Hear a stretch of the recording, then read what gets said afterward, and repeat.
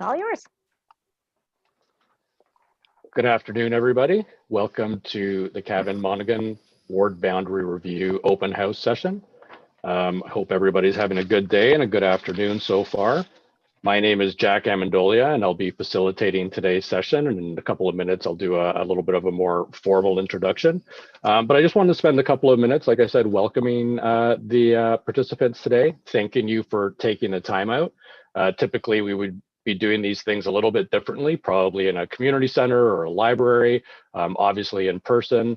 But considering the circumstances right now with the pandemic, we're trying to continue to do these public sessions, but doing them in a way that's as safe as possible and adhering to health protocols out there. So as a result of that, we've been forced into a situation where we're doing things a little bit more virtually, and that's why we're doing this Zoom call today. So really what today's session is about is a couple of things. It's really an information exchange, a two-way information exchange. We're going to try to learn as much as we can about the township. And as well, we're going to try to provide some context and rationale as to what we're doing and why we're doing this ward boundary review.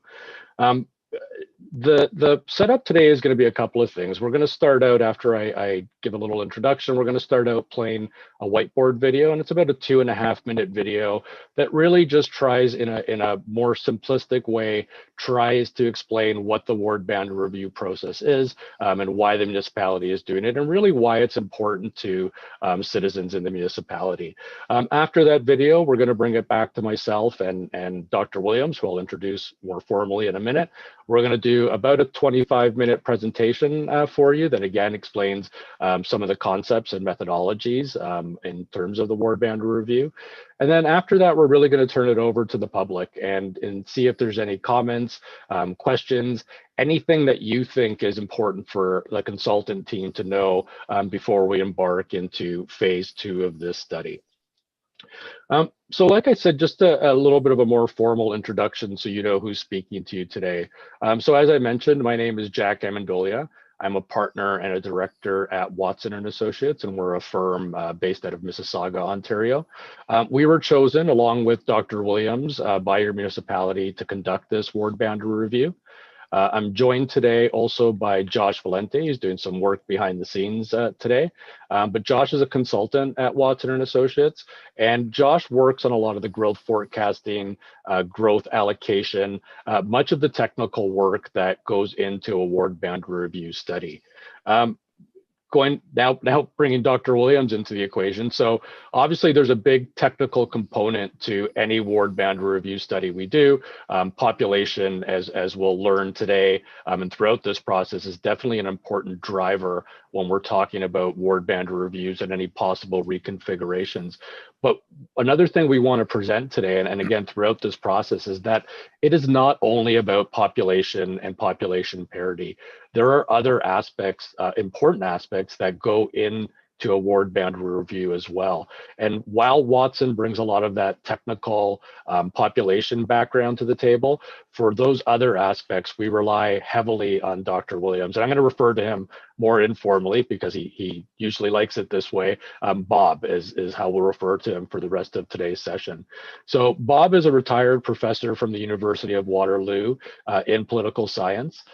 As his second career post-retirement, because of his expertise and skills in municipal governance and municipal affairs, Bob has been involved in doing ward boundary reviews for municipalities.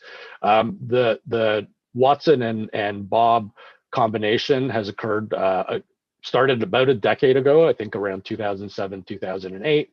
And we've been doing, I think we've done about over 25, including some we're working on now, but 25 to 30, I would think, ward boundary reviews since that relationship has started.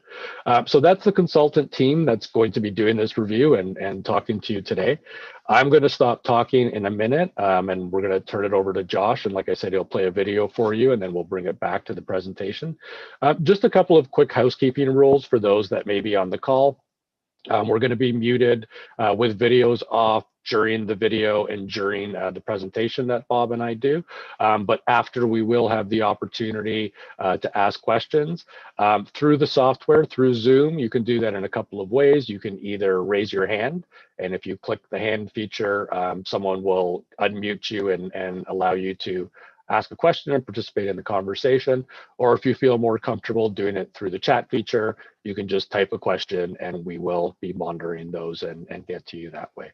So that's it for me for a couple of minutes. I'm going to turn it over to Josh, who will play that video, and then we will speak to you again shortly. Thank you.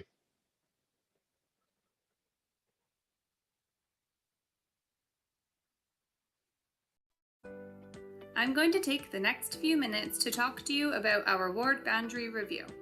So, what is a ward? Well, it's my home, your home, our neighborhood. A ward is part of Cavan Monaghan, where people vote for their representative on local and county council. Currently, Cavan Monaghan is divided into 3 wards. Cavan Monaghan's system of representation is governed by a 5-member council composed of a mayor, a deputy mayor, both elected at large, and 3 local councillors, 1 representing each ward. The current ward boundaries were established in 1998 and are based on the 2 pre-amalgamation townships and the village of Millbrook. It's been nearly a quarter century since we've taken a look at how we structure our wards. In short, it's time for this review. Since 1998, our population has grown by approximately 15% and is projected to continue growing. The review will look at our current ward system and see if we need to redraw the ward boundaries to account for this population growth. Why should you care? Well, it's part of our local democracy. It's the first step that lays out the ward where you will vote in the next municipal election. Every 4 years, you get to elect your representatives on local and county council. Your councillors make decisions on things like taxes, services, community centers, and new developments, to name a few. The wards may change as a result of this review, and you may want to provide input into how this is done so that your voice and opinions are considered even before you head to the polls. The purpose of the review is to group together residents and neighborhoods in such a way that each resident's vote is roughly equal to the votes of others. The external team working on this review will talk to the current councillors and consult residents throughout the process. Initial consultations with the public are beginning in December. Later on, you will see some ward options that you will be able to review and comment on. In the end, Council will consider a report with the ward options and decide what is best for the township while understanding the needs and opinions of the community. Make sure your voice is heard during our ward boundary review. Here's what you need to do. Get informed. Visit cavanmonaghan.net/WBR to find out more and to fill out the surveys. And remember to follow Cavan Monaghan on social media to find out more about future meetings.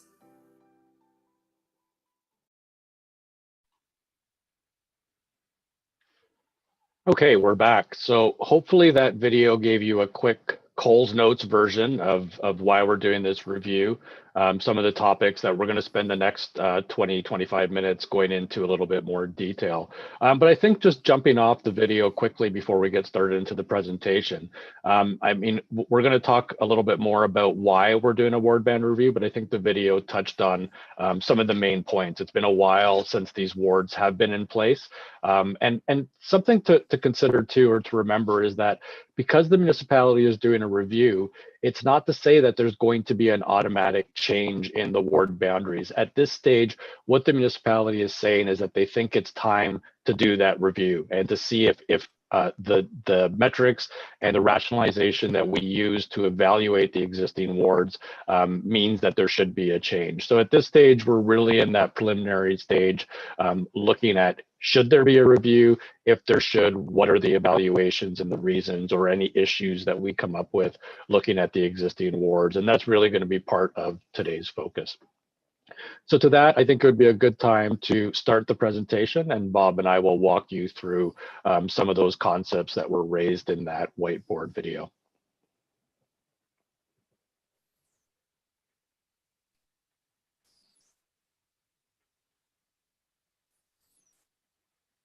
Okay. So if we move to the first slide, really what we're going to start talking about today is some of the things that I just went into. So why are we doing the ward boundary review? Bob will help walk us through a little bit more specifically in terms of why the municipality is doing it. Bob's also going to walk us through the legislative framework and really how this process is going to unfold. As I mentioned, we've gotten to the stage where we've been able to evaluate the existing wards based on guiding principles that we'll talk about also today, and we'll walk you through what some of those early evaluations are and some of the issues that we see with the existing ward makeup, and then we'll leave some time at the end, as I mentioned, for some public participation, questions, and comments if there are any. So ultimately, when we're doing a ward boundary review, we start out with some very high level questions that we're trying to answer.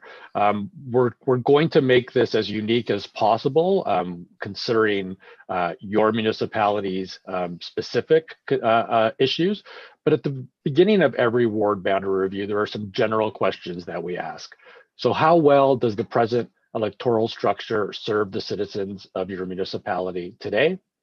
Does the present structure provide fair and effective representation? And we'll get into more about what that means. But ultimately, if we answered yes to those first two questions, that we felt that based on our existing evaluation, that we thought the wards were adequate, then basically from the consultant team's perspective, we can pack up our bags, we can go home and tell the municipality and tell your councillors that we think what you have works. However, if we answer no to those first two questions, then ultimately what this ward boundary review is about is we ask, would an alternative system, would a ward boundary reconfiguration provide better representation for the citizens of Cavan Monaghan? And that's where I'm going to turn it over to Bob, and he'll walk you through answering, or at least at first, providing some context as to how we got here, a little bit of history as to how we are where we're at today, and then start to walk you through some of those evaluations as well. Bob? Thank you, Jack. Well, the starting point, of course, is that the township of Cavan Monaghan is not all that old. 1998, created out of existing municipalities as part of a reconfiguration within Peterborough County. But what's critical for our study is that the wards that are currently used to elect the members of council are the same boundaries for the original municipality. So in a sense, nothing changed. The three were put together and a ward system was created out of those three entities with your at-large county councillor and the mayor. So it was a fairly simple joining together of three entities that, as we'll see in a moment, are quite different in many respects. So by 2015, we understand that there was some discussion about this question, should it be done, but it was not acted upon at that point. Since then, of course, there has been further growth, not huge numbers, but enough growth that certainly from 1998 to the present time, the municipality is quite different than it was when it started. But as I said before, it's the same structure, the same boundaries as were there in 1998, and those boundaries were really not drawn up with the idea of electing an equitable council structure.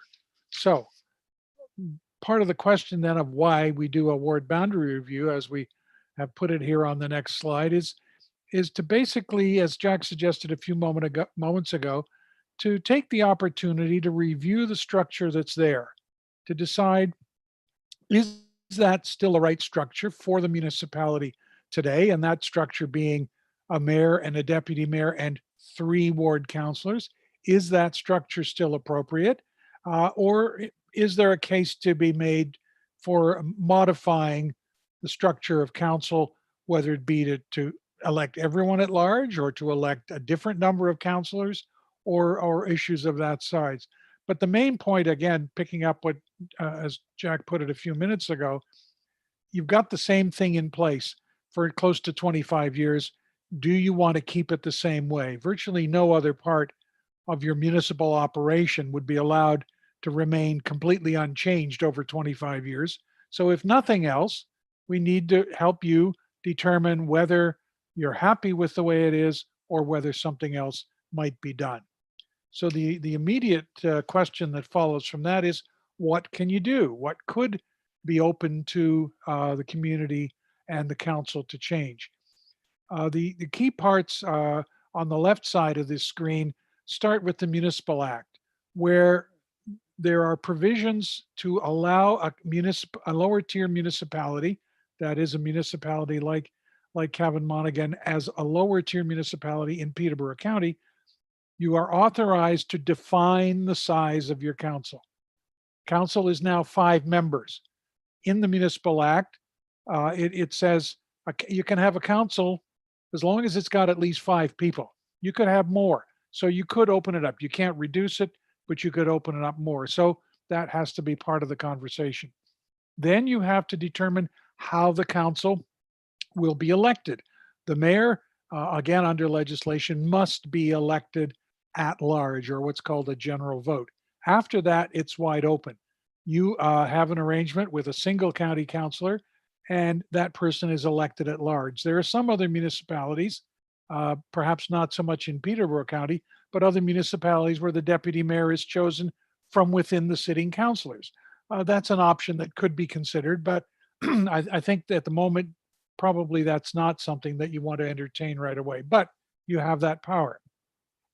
You also have the power, as in that third bullet, and the phrasing is there in the act, to divide or redivide the municipality into wards, or to dissolve the existing wards. So working backwards, you could say, let's have no wards. Let's basically say we're going to elect all 5 people at large across the whole municipality. You could also redivide the municipality. You've already got it divided. It was handed to you, if, in a sense, at amalgamation. So your option is there to redivide it. So when we are going through this review, we're mindful of what the legislation allows you to do. Let me just make one other quick point there. These are legislative arrangements that are within the power of council to exercise on behalf of the municipality. The first bullet is not open to appeal, but the other two, depending on how you work around wards, could be open to appeal, and we can touch on that later on. Now, beyond that, the Municipal Act tells us virtually nothing. It doesn't provide a schedule for this. It doesn't provide a process that you must follow. It doesn't even tell you what you should be looking for in an electoral system. So we have to basically, and we have already worked with staff to provide to council some direction as to what this is going to look like. So Cavan Monaghan has adopted its own terms for this review. The parameters, what we call the guiding principles, have been established locally, but they are drawn from experiences that certainly we can bring to this from other parts of the province and other experiences. There are established procedures and principles that have been used. Again, not legislated, but fairly standard practices. And many of those have been taken to review under what was the Ontario Municipal Board, now the Local Planning Appeal Tribunal. And that entity has affirmed that there are certain things that are appropriate to consider in terms of principles, in terms of process, in a ward boundary review. There are also a couple of instances where judicial rulings have been helpful in understanding what it is we're trying to accomplish and how we go about doing it. Over to Jack. Thanks, Bob. So Bob did a great job of walking us through what municipalities can do according to the legislation, but also highlighted that there isn't an established process. But what we've done over the years of working together is trying to establish that process. And based on what Bob talked about, obviously best practices, things that we've used in other places, case law, which Bob highlighted makes up an important part of what we're trying to do and what we're trying to follow. So I'm going to spend a couple of minutes just walking us through what that process looks like in terms of this ward boundary review. So every review that we do really starts out with a research and data compilation phase. And what we talk about that is sort of what I alluded to at the very beginning of tonight's session. The early phase of this project is about learning and getting to know the municipality as much as we can. We obviously come in with a set of skills based on what we talked about, based on best practices and our experiences working in other places. But we want to apply those skills and also learn really how we apply those skills into a unique situation is what we're trying to learn about. So that beginning phase is research, is learning, is compiling data. And part of the way we do that is in bullet number 2, where we talk about interviews with council, mayor, and senior staff. So we go through a process again of interviewing all of council, mayor, deputy mayor, and relevant senior staff, again, as a learning exercise to try to learn local issues, to try to give us a little bit of context, some history, things that we should be aware of, things that we should look out for, stakeholders that we should be speaking to, areas and geographic areas historically that we should be aware of. We'll talk a little bit later about communities of interest, but that's something that we try to learn in this early phase as well. And from that, ultimately, we try to get all of that information and put it into a discussion paper as well as website materials, again, to enhance that information exchange between the consultants, council, and the public. And then after that discussion paper is out, we have this public consultation phase. And again, the public consultation phase is not only these open house sessions, but the public consultation phase is really the website, it's the survey, it's print materials, it's radio ads, it's everything all combined that make up this public consultation and public engagement phase. Like I said, to create awareness and hopefully to give the public as many avenues as possible to give us some feedback. And I mentioned the survey there and the website. You know, we may allude to this again later, but I just wanted to ensure that it gets covered now. You'll see on the bottom of every slide that the web page dedicated to the ward boundary review is there. So it's the municipality's website /WBR. And if you go there, there is a wealth of information to go through. Like I said, discussion paper, there are FAQs, there's information on why the municipality is doing this. There's mapping information, interactive maps. So really, I'm probably missing a few things, but a lot of information to go learn. And like I said, the survey is really an important tool for us. You can email us, you can talk to us at the open houses. Those are all really good sources of feedback. But the survey gives us a pretty consistent method of analyzing some of that feedback and some of those community wishes. So that's all sort of part of that public consultation phase. And the last thing before we jump off of this slide that is important to mention is that we're in phase 1 of this study now. This is really a 2-phase study. Phase 1 is more of that information and learning and trying to get a sense of some community wants. Phase 2 is where we take all of that and then we'll come back to the community with, and this was mentioned in the whiteboard video, we'll come back to the community and to council with actual options showing ward boundary reconfigurations. And at that phase, it may be a little bit easier for the public once you have actual different options to pick and choose in terms of some of that feedback. So if we move to the next slide, Bob and I both alluded to guiding principles, and that this study is framed by these guiding principles to help us provide some rationale, some background, some context. And these guiding principles were developed by staff and your council, and are really based on some of the things that Bob spoke about, like case law and best practices over the years. And we're going to go into these a little bit more in more detail later, but I did want to quickly introduce what the guiding principles were. So effective representation, when we talk about that, and Bob is going to go, like I said, into more detail, speaking about what effective representation means. But at this point, one thing to keep in mind is that when we talk about it, it's really an overarching principle. And what that means is that to achieve effective representation, to have effective representation in your existing ward system, it really relies on these other guiding principles to be met that we're going to talk about, or at least a combination of them to be met. And when we talk about some of the main principles we're looking at, and I spoke very early about Watson's role and the technical aspects of these studies, but representation by population. And I know a lot of people, even if you're not familiar with regard to ward boundaries, we've heard this term representation by population or rep by pop. And quite simply, what it refers to is that each ward should have population parity. So there should be a fairly equal balance of population from one ward to the next. When we go to the next principle that we're going to talk about, and I just mentioned this quickly a second ago, representation of communities of interest. So in this one, we want to ensure that as much as we can, we keep similar communities together. We keep wards as consistent and as cohesive as possible. We try not to draw a line down the middle of a village or a community or a hamlet, again, as much as we can, keeping in mind the other balancing of the other guiding principles.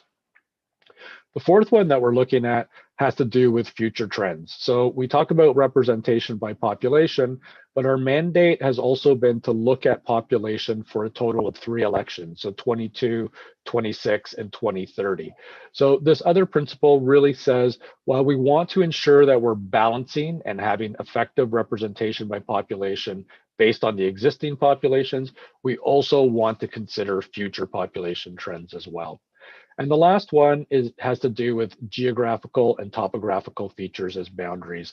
And what we're talking about there is basically identifiable wards. If there are major streets or major arterials or highways, rivers, railway tracks, anything that's easily identifiable is something that we want to ensure that, again, we consider when we're reconfiguring any possible boundaries. So I talked at the very beginning of this presentation about some general questions that we ask in every ward boundary review.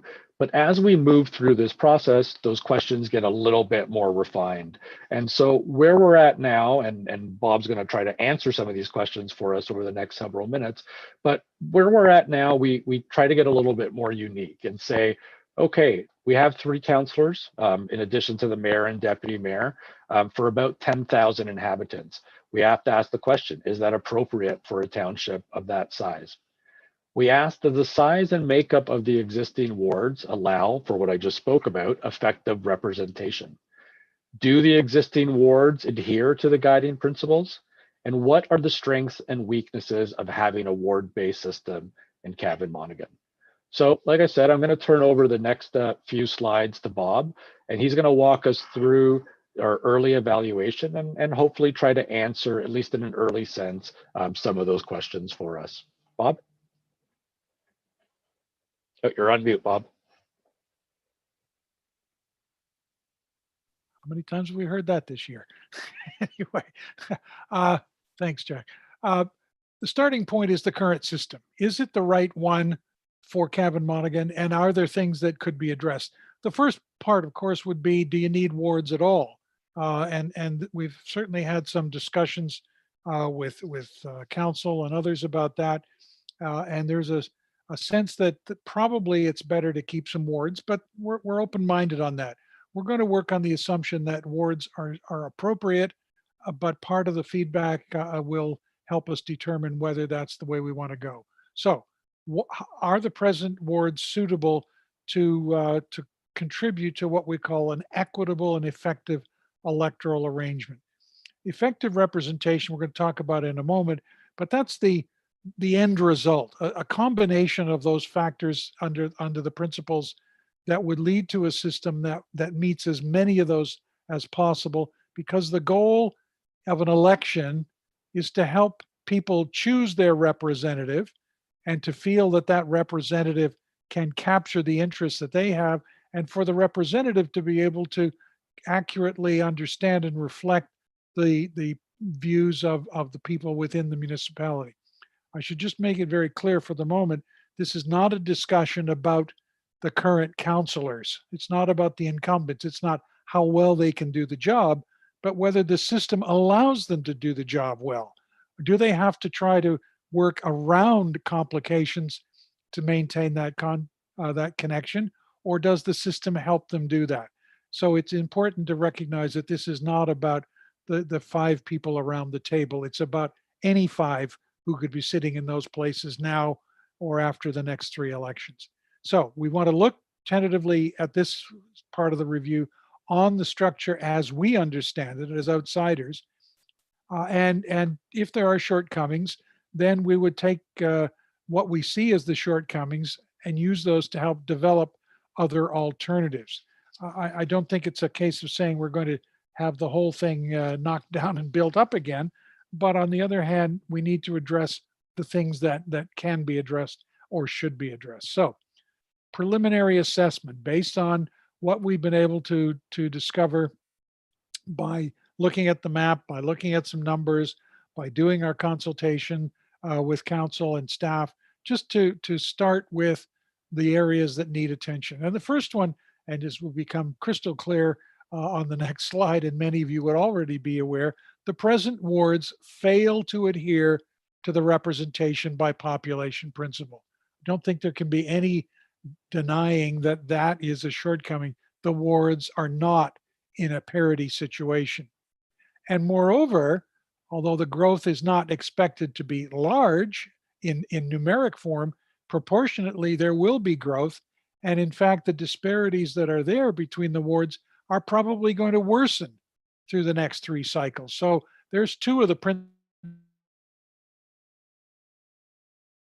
current configuration falls short of meeting what we would call a fair and effective system. The next slide offers us some of that information in a visual form. The population growth is there, not huge, as I said, in absolute terms, but it is growing and is expected to grow on a bit further. The chart on the right, though, is the glaring example of population parity or the absence of it. Cavan Ward has 2/3 of the population. It should only have 1/3. North Monaghan should have 1/3. It's got half of that. The boards clearly are unbalanced in population. And one of our challenges would be to try to find a way to bring those into parity or better balance. So in the next slide, we work back through some of those same points. The first 2 bullets we've already talked about. Our preliminary assessment shows those weakening, the weakening of the parity situation over time as well. The third bullet, again, looking at a map, which we'll do on the next slide, and many of you would know that, Cavan Ward is disproportionately large in terms of both population, as we saw in the last slide, and geography. It is basically, I don't have the number in front of me, Jack, but I'm guessing it's probably 80% of the land area of the township of Cavan Monaghan. That's one of the wards out of the 3. That has other kinds of issues. The other 2 points are related to, again, our impressions.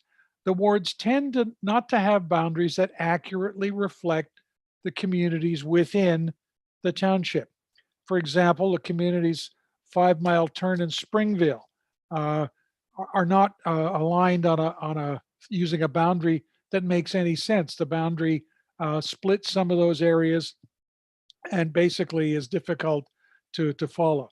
Parts of Millbrook, we say are split. I think what it really means is the entity that most people would know as Millbrook, much of it is in one ward, but all kinds of development has occurred outside that community and therefore is located in Cavan Ward. So the community itself is divided up into 2 different electoral units that fail to meet the other principles. And the last bullet picks up on a couple of those points. The boundaries are unclear when we get up into that North Monaghan corner, and the line it follows that's used as a boundary essentially splits those settlement areas. And the line around the Millbrook ward is probably difficult. I would suspect that most people in living in the township could not find that line simply by walking around Millbrook. It's not following any visible boundaries that we can see. It was created, as we'll see on the next slide, it was created around a set of developments that occurred some time ago and doesn't correspond to, if you will, boundaries that we can easily perceive if we were to look for them from the car or from our feet. They are not lines that are memorable or easily absorbed, and you really wouldn't know when you've crossed from one to the other in certain parts of that. And you'll also see, of course, that there is this discrepancy between the wards there in color and what is known as the settlement area, which is a different entity altogether. Part of the goal here would be perhaps to try to bring those into better sync with one another. Let me just finish my part of this presentation by talking a bit about effective representation, which we do on the next slide. We talk about it as overarching, and Jack has referred to that before. It's really the sum of all of those other principles put together. Does it create a situation in which you as a resident are represented in a way that's fair compared to any other resident of the community? And there are a couple of sides to that. One is that comparable access. One of the components of effective representation is providing you with comparable access. Now, again, as we've seen, parts of the township are sparsely populated. So that means it's not the same as being able to stay in touch, let's say on foot, if you were in Millbrook. So we've got to weigh those up. How big should the territory be for a population that's dispersed versus how small would a ward have to be and still achieve that within let's say a built-up area. So it's how well the resident has access, but also more importantly is when a councillor puts up a hand at a meeting to vote, at a council meeting to vote, are they really talking about the same number of people? And we already see that when the councillor for Cavan Ward votes on a matter, she's representing a huge proportion of the population. The councillor in North Monaghan Ward is representing a very different amount. That is part of the unfair element of representation that we're trying to overcome, or we're trying to make it achieve that better balance in the long run. So in our view, in the bottom part of that slide is that since our working conclusion, the current population disparities between the wards are too great and therefore making it very difficult to achieve representation without some kind of change. As I said, it's the starting point. We need to flesh that out with some further feedback. Over to you, Jack. Thanks, Bob. So it goes back to the question we asked at the very beginning of this presentation. So if the wards we feel do not provide, or the system does not provide an equitable electoral structure for the residents of your municipality now, then do the wards need to be changed?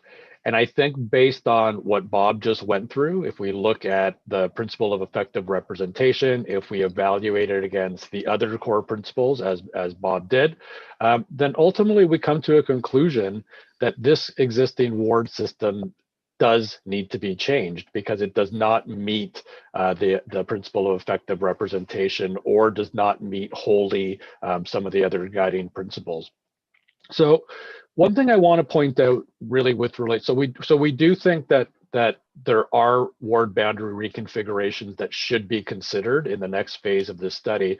But one thing that I wanted to mention on that guiding principle question and the evaluation of the existing wards is that it's rare, if not impossible, but rare, I think is possibly a better word, to see a ward system that uniformly meets all of the core principles. And Bob started to touch on some of these. There are examples or situations where we might not be able to achieve population parity to better balance one of the other guiding principles. And some of the examples that were raised today, in a rural area that has a larger geographic territory, you may have to have a little bit less population, again, to deal with some of the practical matters that Bob raised. For that counselor to be able to effectively represent that population, possibly there needs to be less people in a larger area. So that's an example of some of that balancing that has to be done between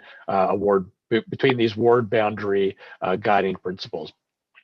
In terms of today's session and this first phase and this information exchange that I spoke about, the guiding principles are really one of the important areas that we need to learn from the community.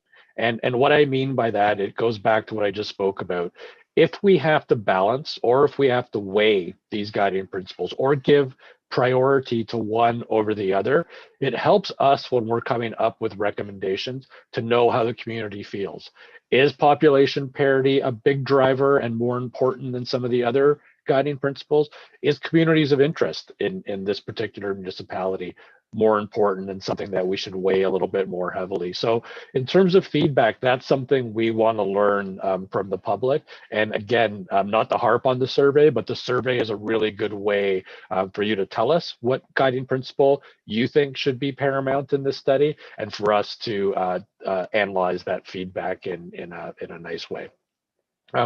Ultimately, as we spoke about, any alternative that we come up with is going to be evaluated the same way that we evaluated the existing wards. It's going to be evaluated in comparison to the core principles, to best practices that we've used in other places, and obviously case law as well. So a little bit about the role of council. So I mentioned again at the beginning of this presentation that part of our research phase is interviews with council and speaking to council about some of these issues that we brought up today. But what's important, I think, for the public to understand is that this exercise is done at arm's length from council and staff. So while we ask them questions, try to get information, like I said, about history and context and background, one question that we don't ask them is, what do you think the new ward should look like? Can you draw us what you think the new ward should look like? Because obviously we don't want to get accused, and we ultimately don't want your municipality to get accused of gerrymandering the wards, of creating new wards that might benefit the existing members of council.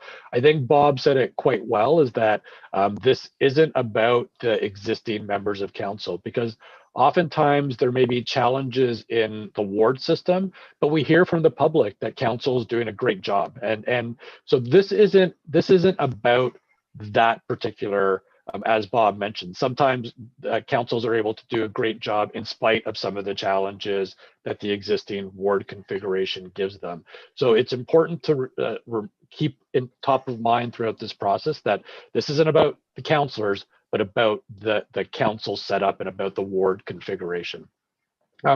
So again, as I said at the beginning, so all members of council were invited to participate in an interview, and in this case, all members of council did participate in that interview, and Bob was able to speak with all of them. And just to reiterate what Bob went through in terms of what council has the authority to do. So in this review, they'll be able to establish the number of councillors, so decide if they think council should get bigger. I'll be clear that that was not one of the mandates presented to us. Our focus is on reconfiguring the existing wards with the existing council size. However, as we do that, there may be instances where through our evaluation, we may say to the public and we may say to council, what about this? Have you considered wards with a council of this size? So again, that's something that's open to them to decide. And as we mentioned, they can then decide whether those councillors will be elected by general vote or wards or some combination hybrid model thereof. And then they can pass a bylaw to redivide those wards should they choose to do so. And again, just in brackets there, I can't remember if we mentioned this already. I think Bob did get into this, but that decision on redividing the wards is appealable to LPAT. So finishing off today, a little bit about the consultation process and a little more about what your role or what the public's role is in this. So obviously we feel, and I think your municipality feels, that this decision is an important one. And because of that, and to really ensure the legitimacy of the recommendations that we make before council, we want to ensure that this process has been vetted through the public, and that we consider public feedback as part of any recommendations that we make. As I mentioned earlier, there has been a variety of tools that we've used to try to get the information out there. So I'm not going to spend a lot of time going through them, but you see on the slide that we're looking at now, we've really, as much as we've had to focus more on a virtual computer, online, internet type of engagement because of the pandemic. We've also tried to get the word out there in other modes. I think I mentioned earlier, there's a radio ad promoting these open houses. There's been print ads, a media release. So the municipality has tried to, even word of mouth, getting out, ensuring that councillors are aware and getting word spread to their constituents. We've tried to use as many possible sources available to us to enhance that information exchange. So just to finish off this portion of the presentation, so what does this contribution mean to you? So again, be willing to ask questions. There's no such thing as a bad question. So please ask questions of us today, email us, email the clerk, staff, any way that you feel comfortable getting your questions or comments to us, please do so. And there's lots of, as I mentioned, lots of avenues through the website, through the township's website to do so. Read as much as you can. If you read the discussion paper, read the FAQs on the website, watch the video again. The more you understand the issues, I think the better your feedback is going to be, and the more that's going to help us to provide viable recommendations to council. And as I said a bunch of times already today, please complete the survey. If you go to the website, you'll see a link for the survey. It's pretty short, only a few questions, shouldn't take too much time, but it does provide some pretty valuable feedback to the consultants and to the municipality in terms of what the public's feelings are. So we're going to end the presentation there. Like I talked about today, at this point, if there's any questions or if there's any comments, we'd be happy to listen to the public and hear some of your perspectives or thoughts.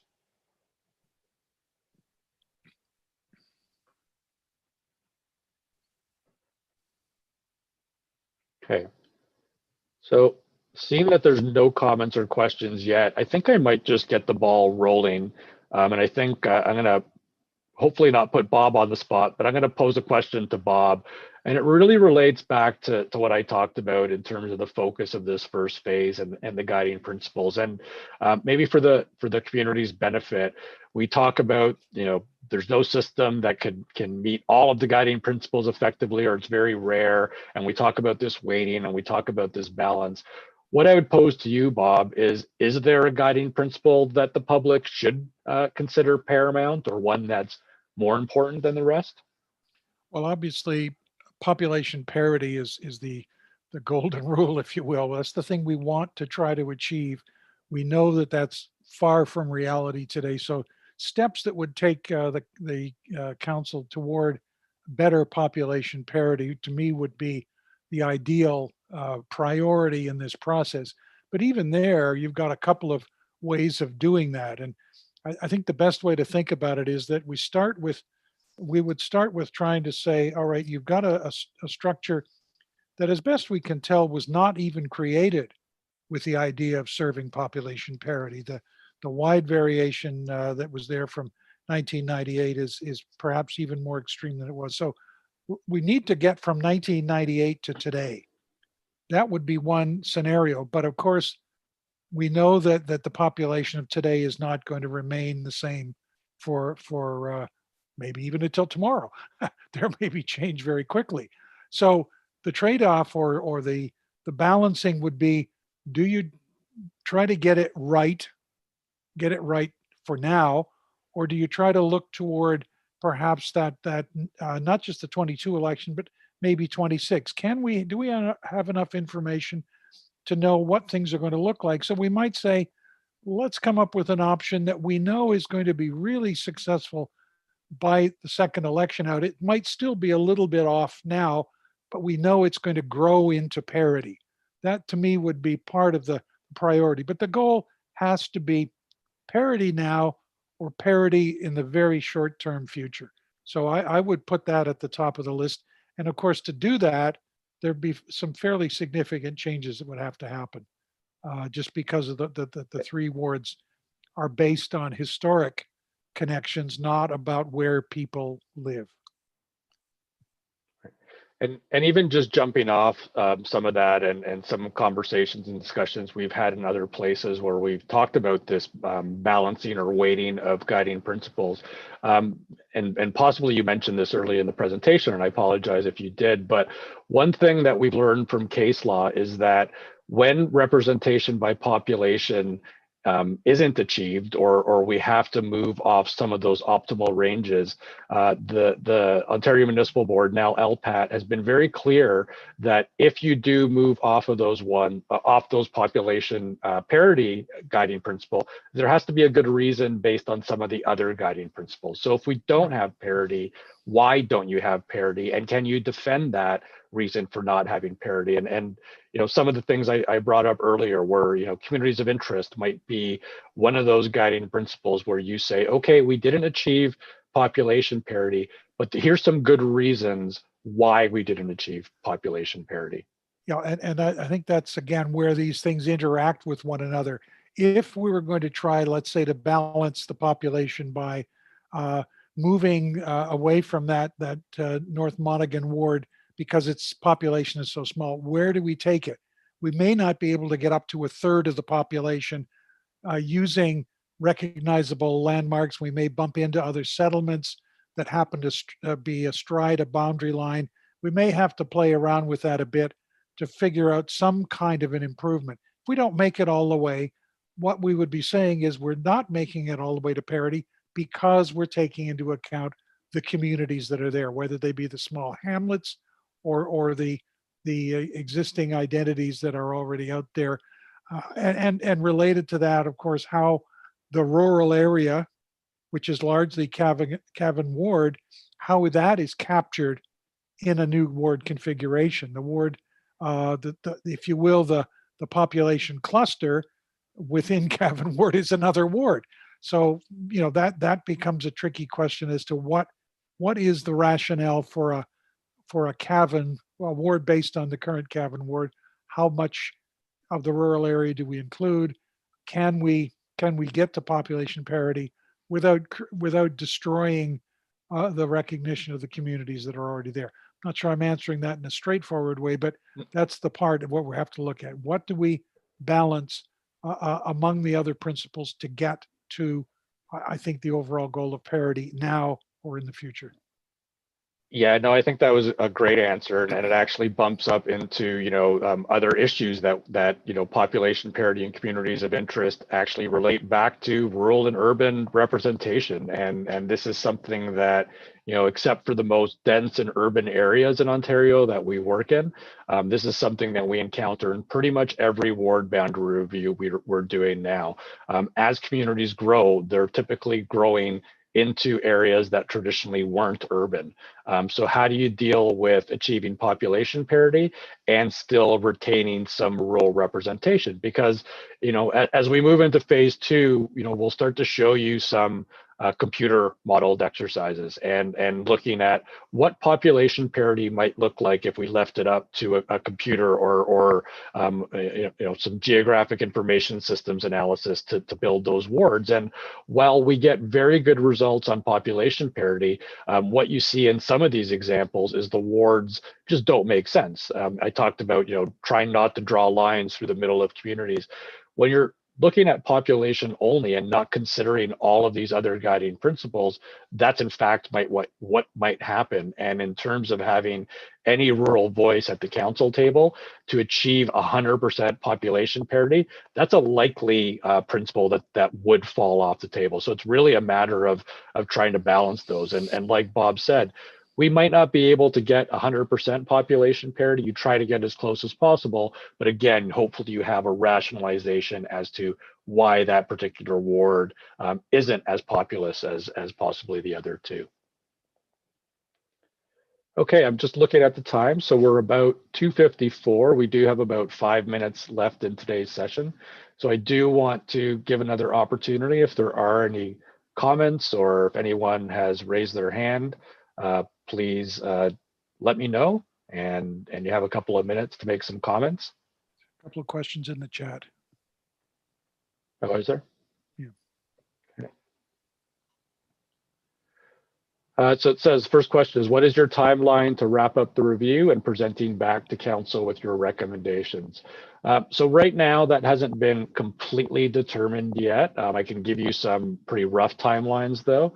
The idea is in the new year, we would start to develop, and again, based on what we hear in the survey and from feedback after these sessions, but in the new year, we would likely start to develop ward boundary reconfigurations. We would do an interim report that would highlight what those ward boundary options, and then again, these would be preliminary options. And then we would do this again. So in phase 2, we would have, obviously repopulate the website with that new information. There'd be a new survey highlighting what those possible options are to get some public feedback. And we would have these open house sessions again, present the options to the public, get feedback, and then the consultants would then go off based on all of that feedback and develop some final recommendations to go to council. And those final recommendations might be one option, might be two options, might be three options, usually not more than that.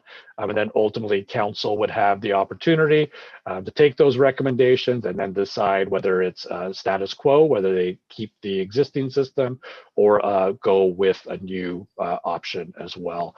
The intention is to have all of that wrapped up no later than June. So by late spring, early summer of 2021, council should have a decision made. I'm going to keep going and just go right, unless Bob, is there anything you want to add to that? I'll just jump in, and because it'll pick up on the third question that was asked here. The goal is to have a bylaw passed in time to allow for a possible appeal to LPAT. That is permitted under the legislation. Any member of the community could appeal the bylaw. And there's a 15-day notice period, 45-day appeal period, which would then go into the hands of LPAT to schedule a hearing for that. So what we need to do is make sure there is enough time, because the decision by LPAT, if there is one, would need to be made by December 31st next year. So working back from there, this is the point about the goal of trying to get this done by the end of June. Whether it's going to be a typical summer in terms of council meetings and whatever, but our goal is to get that wrapped up ideally by the middle of the year, in the event that there is an appeal. If there's not, and we're all clean by the end of August, and staff can go on and make plans for the election. So it is built into the process, and as Jack suggested, there will be another phase of consultation to get to that result. So we are mindful of that possibility. Our goal, and this is not a matter of just patting ourselves on the back, our goal is to give you something that is not that doesn't require an appeal, that people will understand why we got to what we got to, that it has strength, if you will, it has legs, it can stand up to that. It might not be exactly what everybody wanted, but it doesn't have serious flaws that would lead the board to say, that's no good, throw it out. And we, in a sense, we would have something that would discourage the need for an appeal, but we have to prepare for that possibility. Thanks, Bob. And like you said, I think that addresses question 3 on here as well. Question 2, and this is a good one, and something that we've discussed briefly internally, is how important are the current ward names in the future wards? And the reason this is important is because as we come up with reconfigurations, there's nothing to say that those reconfigurations are going to be based on these former municipal names as the existing wards are. So again, this is something that we have to discuss, obviously, with staff, but our inclination, and I hope I'm not talking out of school, but our inclination would probably see us moving away from those ward names as they are now, for the simple reason is that, they might not actually describe the new ward you're talking about, and there might not be a good one-word description for what that future ward would look like. So our inclination at this point is probably to go to a numbering system for your wards.